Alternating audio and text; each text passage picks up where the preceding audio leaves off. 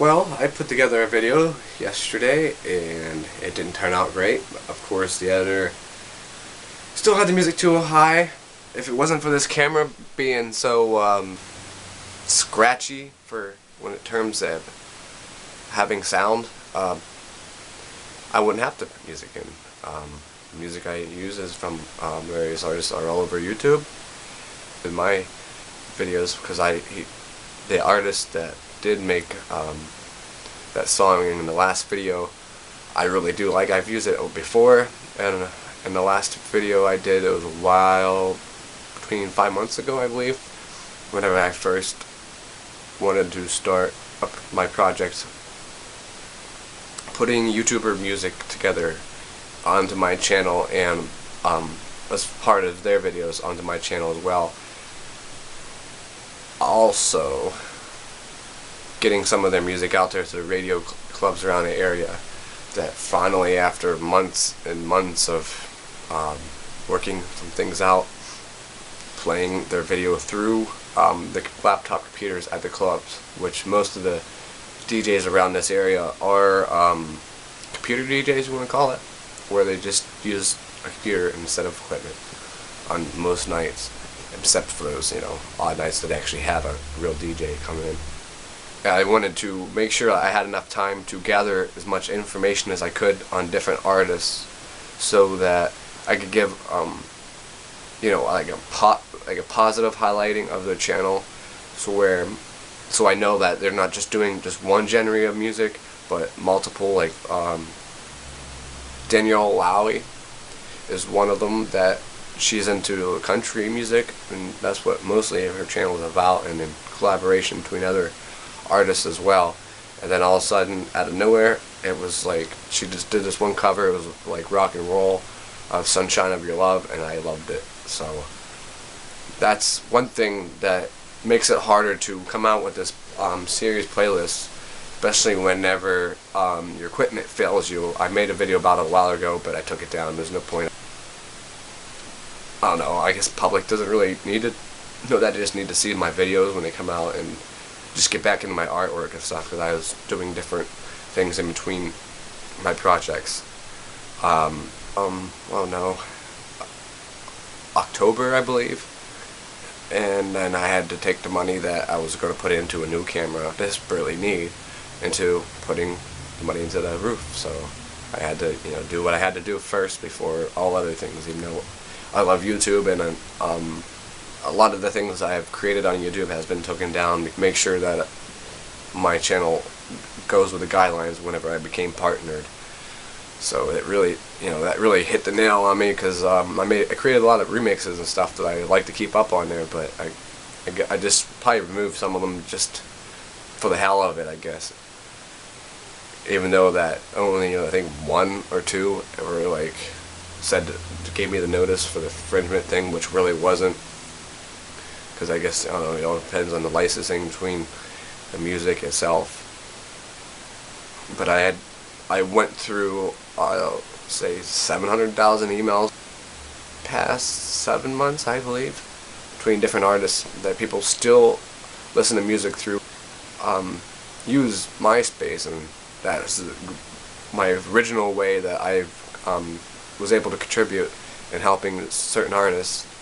Because at the time, back then, I only helped ones that were like, more of my style. But now that I have my YouTube channel where I want to grow relationship between people and music, I have to incorporate all styles of music. And then growing up wise, my music taste has changed. I like a little bit of everything, so that's even better. Because when you're a teenager, you stick to like one genre of music, and then nothing else you like, because it's just not, you're used to the same beats, the same rhythm, a little bit of everything. My younger years, I was a little bit of a country fan, but I was a country fan of like Johnny Cash and some of the older groups like Reba McEntire, Tanya Tucker, those artists. And then after Johnny Cash died, I kind of like shunned away from country music itself, until recently Danielle Lowe reminded me through her music, like what the purpose of music actually is for enjoyment. Not everybody's gonna like the same things or the same songs that you do, but eventually over time, if you give the artist time, you'll find something about them that's unique, creative, along those lines, that you'll come back to the artist and give them another chance. I believe in giving people chances. When it comes to music, it is music. You shouldn't judge the people on their music alone, but as a person as a whole. Like whenever I discuss about Danielle Lowe, she is an artist that even though she has like thousands of subscribers, she still makes it a point to come to your channel and relay a message back to you when you comment her videos. And she's done that for, I don't know, probably 9 years that I've been subscribed to her, I believe. And she gets it every time she gets a chance. She'll reply back to her fans, and that's what I like. That's what I want to find between music with artists that I want to collaborate to my channel.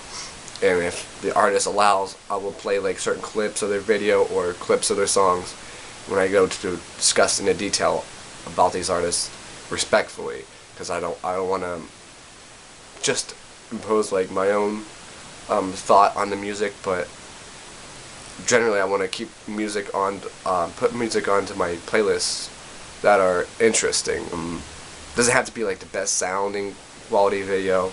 It doesn't have to be, you know, on total, like on key or whatever when it comes to creating the video itself, but to be able to have something that's a little bit different that would spark interest, you know what I mean? Like voice wise, visually, the range. So after fixing my roof, it still needs some more repairs, but I ran out of money for that because of course of the times, and I'm in between different careers at the time, and I'm still looking into printing, even though I got rid of getting to be a DJ in the one club and a few other clubs that I was trying to get into. But I guess that I just like having those DJs playing those same old boring songs that are just repeated for constantly on the radio.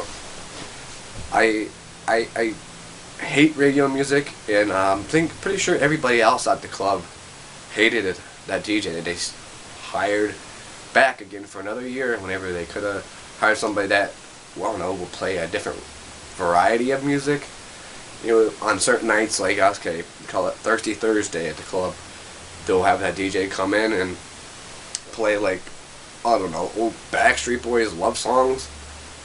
If you're at the club, you're there to dance. How are you going to play dancing songs in a club where it's not like it's high school where you're slow dancing to the songs? You're freaking there to bump and grind and do whatever and drink your beer, play pool, ride the bull, whatever.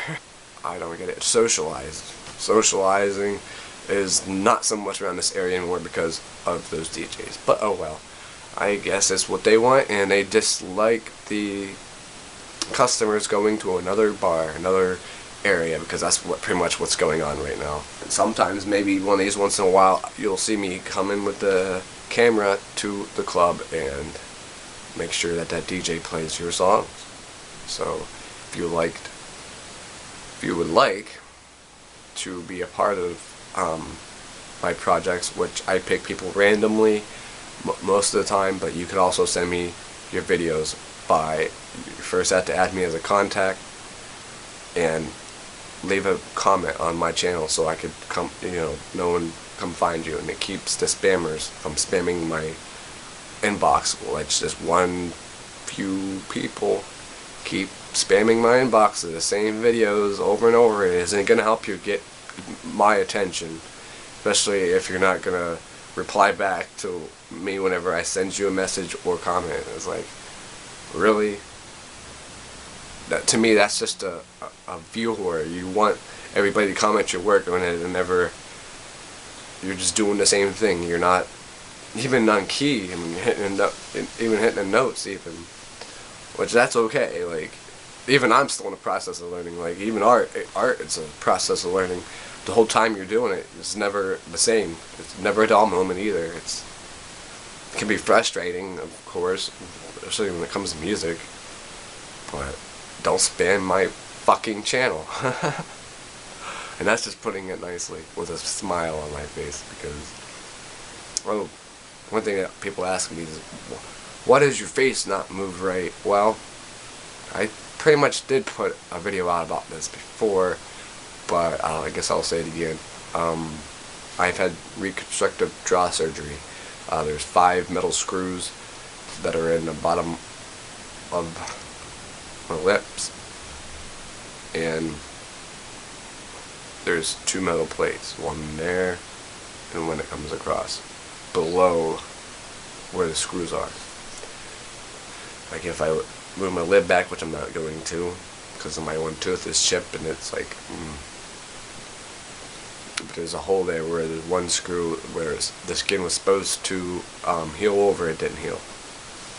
So it's just kind of nerve-wracking. Like, not nerve-wracking, it's kind of, what's the word I'm looking for? Like, it's embarrassing. Like, it's not something I like to show off, because it's like a deformity, you know. And I could be talking to somebody and be like, if my mouth starts to swell, they'll be like, oh, are you drunk? Are you drinking? Were you drinking today? No.